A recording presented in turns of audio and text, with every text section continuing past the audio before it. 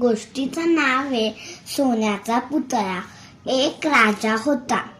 तो रोज जादूगार मित्राबरोबर बुद्धिबळ खेळायचा. त्या राजाला एक इसाबेल नावाची मुलगी होती. जादूगार इसाबेलवर स्वतःच्या मुलीप्रमाणे प्रेम करायचा. एक दिवस बुद्धिबळ खेळताना जादूगार म्हणाला, जर तू जिंकलास तर तुला माझी जादू मिळेल. जर मी जिंकलो तर इसाबेलला माझ्या बरोबर घेऊन जाणार.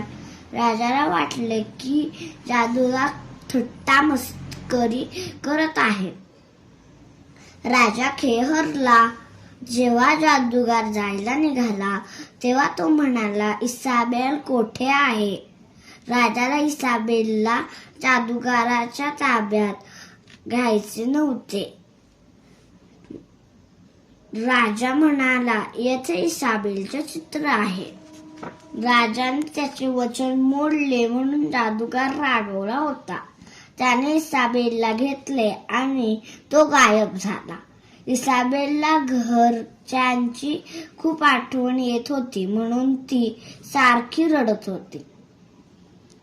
जादूगाराने खूप प्रयत्न केले पण ते तिला शांत व आनंदी करू शकले नाही.